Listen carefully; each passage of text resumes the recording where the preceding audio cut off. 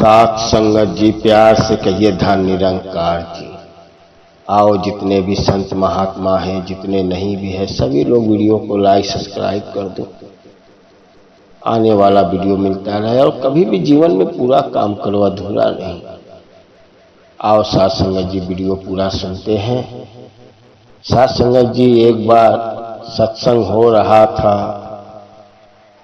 सत्संग में रामू भी बहुत सेवा करता था।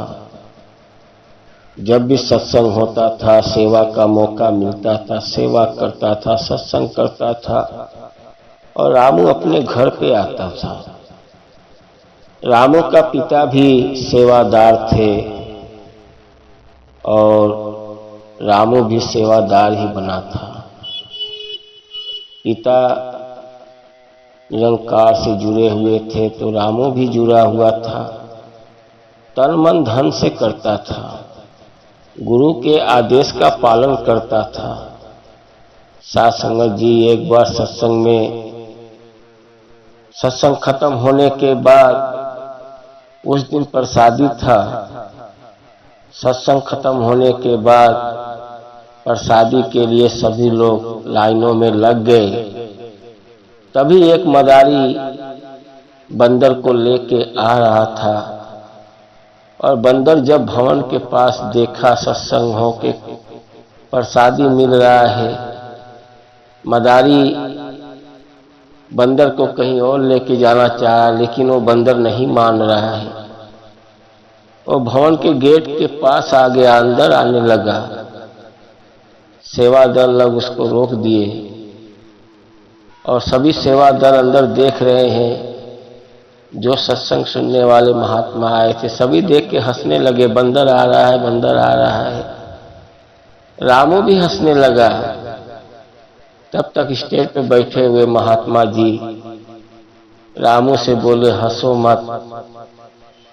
जो हम किसी के ऊपर हंसते हैं वो कभी कभी अपने ऊपर भी आ जाता है, इसीलिए किसी के ऊपर हंसना नहीं चाहिए। और ये जो बंदर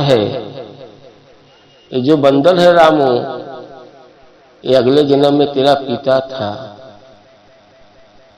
तेरा पिता था और सेवा करता था। आज ये बंदर का जन्म पा गया है।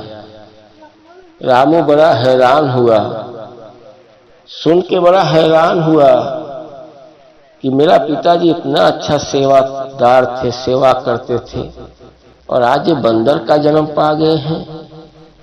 रामू से रह नहीं गया, गुरु से सवाल करने लगा, गुरुजी ऐसे कैसे हो सकता है? मेरा पिताजी तो सेवा सत्संग सिमरन करते थे, आज ये बंदर का जन्म पा गए हैं। ये कैसे? क्या इतना सेवा करने के बाद भी बंदर का जन्म मिल जाएगा? क्या 84 का चक्कर लगाना पड़ता है? गुरुजी ने बोला, नहीं रामू, ये तो गुरु के वचन के द्वारा ये बंदर का जन्म पाया है। जिसने सदगुरु का सहारा पकड़ा है उसको 84 के चक्कर से मुक्ति मिल जाता है। जब अगले जन्म में तुम्हारे पिताजी सेवादार थे तो ऐसे ही सत्संग हो रहा था और सत्संग के समय प्रसादी बट रहा था और प्रसादी दिया जा रहा था सबको। और उसी समय एक सत्संगी खेतों में काम करते हुए पैर में मिट्टी लगा, हाथ में मिट्टी लगा हुआ है और प्रसादी लेने के लिए चला आ रहा है। तुम्हारे पिताजी सेवादार थे, प्रसादी बांट रहे थे और वो जब प्रसादी लेने के लिए पास में जाता था तो उसके हाथ में मिट्टी लगा हुआ था, पैरों में मिट्टी था। तुम्हारे पिताजी उसको प्रसादी नहीं देते थे, दूसरे तरफ मुड़ जाते थे। फिर वो इधर से हट के फिर उनके पास उधर से जाता था, फिर तुम्हारे पिताजी इधर से घूम के उधर चले जाते थे। ऐसे ही 2-3 चक्कर वो प्रसादी लेने के लिए कोशिश किया, लेकिन तुम्हारे पिताजी नहीं प्रसादी दे रहे थे। जब उसने बोला मुझे भाई साहब क्यों प्रसादी नहीं दे रहे हो महात्मा जी, तो बोले देखो जब प्रसादी लास्ट में बचेगा तब मिलेगा, आप बंदर की तरह इधर से उधर मत कुदरो। तब वो प्रसादी लास्ट में देखा तो एक जगह बांटते समय गिर गया था।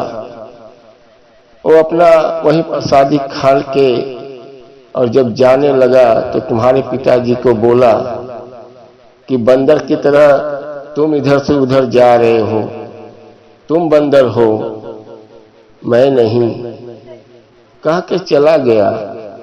और गुरु का वचन, वो भी सत्संगी ज्ञान लिया हुआ था, और जब उसने बोल दिया तो उसको अगले जन्म में बंदर का जन्म पाना पड़ा, क्योंकि बंदर की तरह इधर से उधर भाग रहे थे। और बोलने के बाद गुरु का वचन, उसको अगले जन्म में बंदर बनना पड़ा। ये तुम्हारे पिताजी हैं जो बंदर का जन्म पाए हुए हैं। तो रामू रोने लगा, हमारे पिता का मुक्ति कैसे होगा।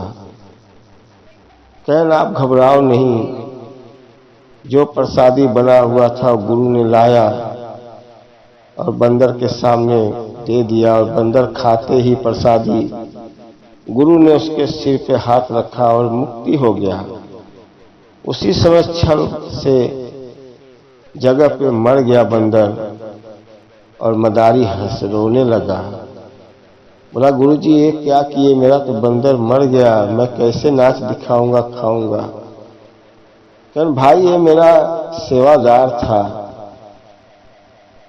ये थोड़ी सी गलती से बंदर का जन्म पाया था, अब अगला जन्म पाएगा, सेवा सत्संग करेगा और परमात्मा में लीन हो जाएगा, 84 के चक्कर से बच जाएगा। और उसका यह आयु इतने ही तक था। आप अपना दूसरा कोई बंदर देखो, क्योंकि समय उसका मुक्त होने का आ गया था, इसके लिए मेरे पास आ गया। इसीलिए साध संगत जी कहने का अर्थ है कि किसी को भी जब ज्ञान ले लियो हो तो तुम्हारे अंदर सतगुरु का रूप है, सतगुरु घट घट बैठा है।